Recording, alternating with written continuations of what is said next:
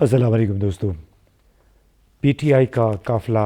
پشاور، خیبر پختونخوا مختلف علاقوں سے جو ان کے وفود تھے وہ بالآخر ڈی چوک تو نہیں پہنچے، وہاں پہنچنے کی کوشش کی،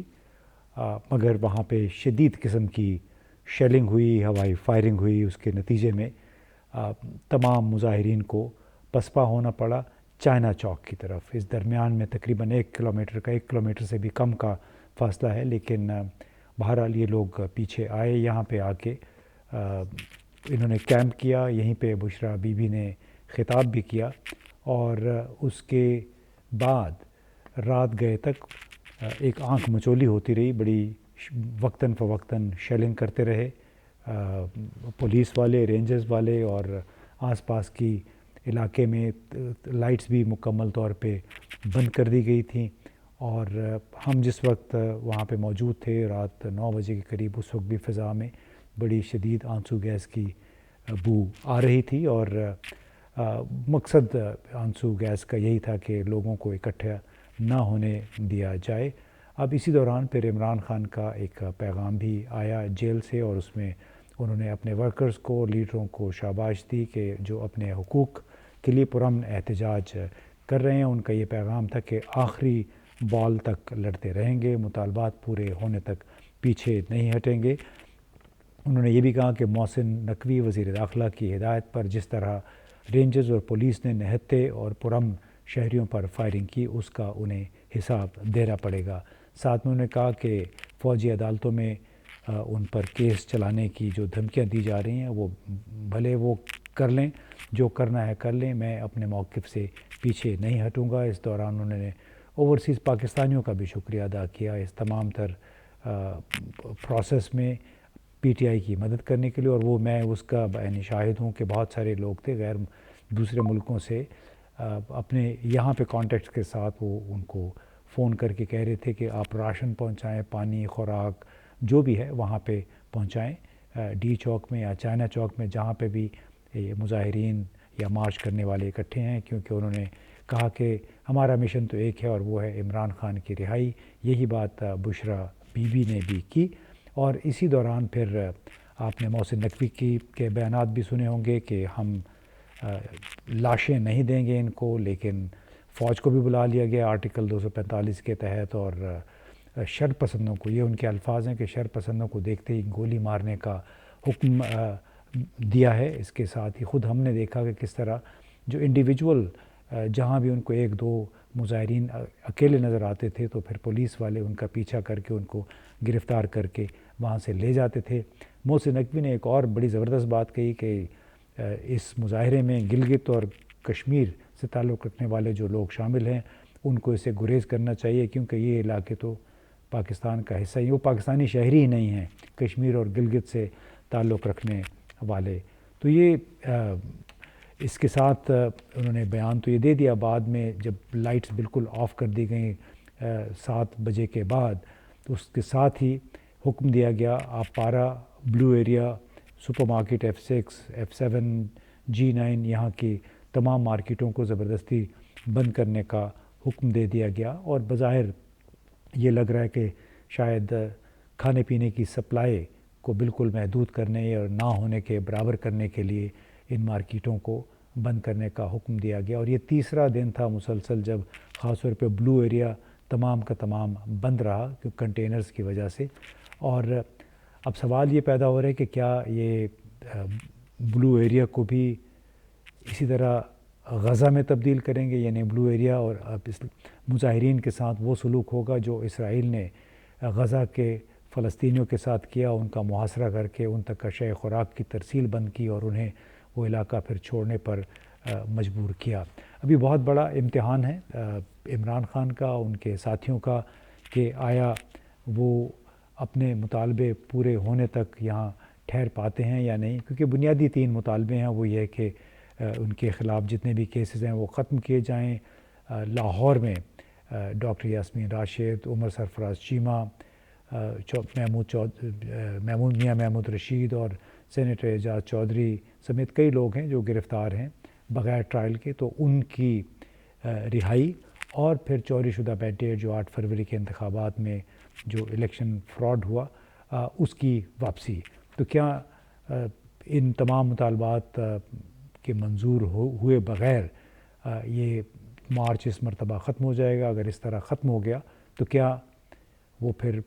پی ٹی آئی اور عمران خان کے بیانیے کی موت ہوگا؟ کیونکہ بنیادی طور پہ اب تک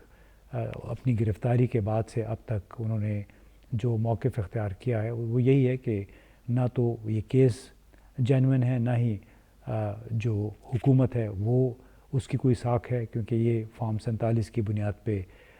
آئی ہے اور اس کی کوئی لیجیٹیمیسی نہیں ہے. تو اب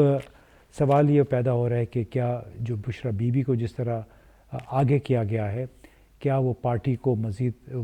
تقسیم کرنے کا سبب بنے گی یا پارٹی کو متحد کرنے کا سبب بنے گی؟ کیونکہ بہرحال عمران خان نے بظاہر ان کو اجازت دے رکھی ہے، یہ سینکشن کیا ہوا ہے کہ آپ جائیں اس مظاہرے کو لیڈ کریں. لیکن کیا اس طرح پارٹی کے اندر کوئی تقسیم تو پیدا نہیں ہو جائے گی؟ اور جو پہلے سے جو پی ٹی آئی کے لیڈر ہیں جنہیں تانے بھی مل رہے ہیں کہ وہ عمران خان کے لیے کچھ نہیں کر سکے ہیں گزشتہ 1.5 سال کے دوران، تو کیا ان کے اور بشرا بی بی اور عمران خان کے درمیان یہ فاصلے پیدا ہو جائیں گے؟ اور کیا اس کا بشرا بی بی کو آگے لانے کا مقصد یہ ہے کہ پارٹی کو تقسیم کر دیا جائے، اور دوسرا مقصد یہ ہے کہ جو آپ کا بیانیہ جو چل رہا ہے اس کو بھی کمزور کر دیا جائے؟ اس میں بہت ایک بڑا امتحان ہے اس وقت پارٹی کے لیے، کیونکہ حکمرانوں کا اصل مقصد کیا ہے؟ عوام میں مایوسی پھیلے، بشرا بی بی کے ذریعے پارٹی تقسیم ہو اگر ایسا ہے، اور بڑے لیڈروں کو بے وقت ثابت کرنے کی کوشش کی جائے، مایوسی پھیلائی جائے. تو کیا وہ حکومت مقتدر حلقے اپنے اس مشن میں کامیاب ہو سکیں گے؟ کیونکہ اب تک ان کے جو تیور ہیں وہ تو ایسے ہی ہیں کہ عمران خان کے ساتھ کوئی کنسیشن ہونے والی نہیں ہے. اب محسن نقوی کے بیانات کو اگر سامنے رکھیں تو اس سے یہی لگتا ہے کہ وہ اپنے مشن میں ڈٹے ہوئے ہیں. عمران خان کو سبق سکھانا ہے، پارٹی کو تقسیم کرنا ہے، اور رفتہ رفتہ اس کو پارٹی کی جو اس وقت وحدت ہے اس کو ختم کرنا ہے. اور اس کے ساتھ ساتھ یہ تاثر بھی پھر دیا جا رہا ہے بشرا بی بی کو سامنے لا کے کہ بیوی اور بہنیں بھی عمران خان کی اب سیاست میں آ گئی ہیں، حالانکہ عمران خان موروثی سیاست کا مخالف رہا ہے. اب یہ ایک بیانیہ اور پروموٹ کرنے کی کوشش کی جا رہی ہے، حالانکہ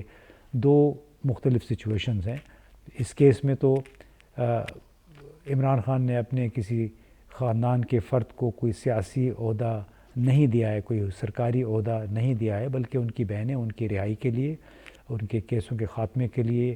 سامنے آئیں، ان کی بہنیں اور بیگم دونوں. اور بالکل نواز شریف اور شہباز شریف، آصف علی زرداری، ان کا تو کیس ہی مختلف ہے. وہ موروثی سیاست تو ہے کہ باپ جو ہے وہ صدر بن گیا، بیٹا بغیر ایک دن کہیں پہ کام کیے ہوئے ملک کا وزیر خارجہ بن گیا. اس طرح مریم نواز نے کسی دفتر میں کام کیے بغیر وزارت اعلیٰ اس کو مل گئی پنجاب میں. اور یہ ایک موروثی سیاست ہے کہ آپ کے جتنے بھی آس پاس کے قریبی رشتہ دار ہیں وہ ان کو آپ سیاسی سرکاری عہدے دے دیں. لیکن عمران خان کے کیس میں تو سمپل سی بات ہے کہ وہ ایک زیر عتاب سیاسی قیدی ہے. اس وقت پرزنر آف کانشنس بھی کہتے ہیں، زیر عتاب بھی ہے، اور اس کو دیوار کے ساتھ پارٹی کو بھی اس کو بھی لگایا ہوا ہے. تو اب ایک مختصر سی بات ہے، ان تمام فیکٹرز کو سامنے بھی رکھیں کہ عمران خان کے حوالے سے کوئی بھی بیانیہ گھڑ لیا جائے، ان کے خلاف کسی بھی نوعیت کے انتظامی اقدامات کر لیے جائیں، جتنے مرضی مقدمے بنا لیے جائیں، عوام کو مایوس کرنے کے لیے فیک نیوز اور اپنے جو جس کو کہتے ہیں ٹاؤٹ جرنلسٹ کہتے ہیں، یا جو کہ وہ لوگ جو کہ حکومتوں کے بہت قریب ہوتے ہیں، ان کے ذریعے اگر خبریں لگوائی جائیں کہ اب سیاسی جو حکومت ہے پی ڈی ایم کی وہ مشکل میں ہے، اسٹیبلشمنٹ نے خود کو اس سے دور کر لیا ہے. البتہ یہ ہے کہ عمران خان بڑی مشکل میں ہے، اور لوگوں کو یعنی بدظن کرنے کے لیے عمران خان سے. لیکن میرا خیال ہے سمپل بڑی سادہ سی بات ہے کہ جب تک عمران خان زندہ ہے، چاہے وہ جیل میں ہے، جیل کے باہر ہے، لوگوں کے دل و دماغ سے اس کو نکالنا مشکل ہوگا۔ جو مرضی کر لیں، چاہے بشرا بی بی کو آگے لے آ جائے، علی امین گنڈاپور آ جائے، جس نے بھی عمران خان کا راستہ چھوڑنے کی کوشش کی ہے، ان کا ساتھ چھوڑنے کی کوشش کی ہے، ان کا حشر پھر آپ نے دیکھا کہ انتخابات کے دوران کیا ہوا۔ ایک سے ایک بڑھ کے بظاہر بڑے بڑے ترم خان تھے، لیکن عوام نے ان کو ووٹ نہیں دیا ہے۔ تو بنیادی طور پہ ایسا لگتا ہے کہ عمران خان اور اس کی پارٹی کو جو بھی نقصان پہنچانے کے لیے جو جعلی بیانیے بنائے جا رہے ہیں، جعلی کیسز بنائے گئے ہیں، جعلی الزامات لگائے گئے ہیں، وہ تمام الزامات لگانے والے، کیس بنانے والے شاید اپنے ہی زخم چاٹتے رہیں گے، اور یہ کرتے کرتے وہ یہ نہیں سوچ رہے ہیں کہ اس سے ملک کا بڑا نقصان ہو رہا ہے، ملک کی ساکھ بہت خراب ہو گئی ہے۔ اسی وجہ سے چین، سعودی عرب، متحدہ عرب امارات، ان سب کی طرف سے بھی میرا خیال ہے پاکستان کو اب ایک لحاظ سے بڑا سرد مہری کا مظاہرہ کیا جا رہا ہے، کیونکہ وہ تو یہ بھی دیکھ رہے ہیں، کوئی اندھے تو نہیں ہیں کہ پاکستان کے اندر یہ آئے روز یہ کیا تماشا لگا ہوا ہے، عدم استحکام کیوں ہے۔ اور عدم استحکام کی ظاہر ایک بنیادی وجہ ہے، وہ 8 فروری کے انتخابات تھے، اور اس سے پہلے 9 مئی کے حوالے سے جتنے بھی کہانیاں گھڑی گئی تھیں اس سے جڑے ہوئے کیسز ہیں، جس کے پاداش میں عمران خان اپنے 5-6 بڑے ساتھیوں اور اس کے علاوہ کئی درجن اور کارکن بھی ہیں پارٹی کے، جو کہ اس وقت جیلوں میں دہشت گردی کے الزامات کے تحت مقدمات بھگت رہے ہیں۔ تو حکومت کی بہرحال بھرپور کوشش ہوگی کہ عمران خان کو ڈسکریڈٹ کیا جائے، لیکن وہ یہ بھول جاتے ہیں کہ کسی بھی سیاسی رہنما کو محض انتظامی اقدامات کے ذریعے ڈسکریڈٹ نہیں کیا جاتا۔ اگر وہ ڈسکریڈٹ کوئی بھی ہوتا ہے تو وہ عوامی ووٹ کے ذریعے، عوامی جذبات اگر اس کے خلاف ہو جائیں پھر ڈسکریڈٹ ہوتا ہے۔ اس کے برعکس اگر آپ اس کے خلاف جتنے بھی اقدامات کریں گے اس کو ذلیل کرنے کے لیے، رسوا کرنے کے لیے، وہ آپ کا جو ہدف ہوتا ہے، ہدف سیاستدان ہے، اس کی مقبولیت میں مزید اضافے کا سبب بنتا ہے۔ اب اللہ کرے کہ آج کی رات بھی سکون سے گزر جائے، کیونکہ خبریں یہ تھی کہ بہت بڑا کوئی آپریشن ہونے والا ہے۔ اگر آپریشن ہوگا تو ظاہر ہے اس میں گرفتاریاں ہوں گی، اس میں خون بھی بہہ سکتا ہے، خدا نخواستہ۔ تو دعا یہ کرنی چاہیے کہ آج کی رات جو ہے سکون سے گزر جائے، اور پس پردہ اگر کوئی بات چیت ہو رہی ہو تو اس کا کوئی نتیجہ بھی برآمد ہو جائے۔ بہت بہت شکریہ۔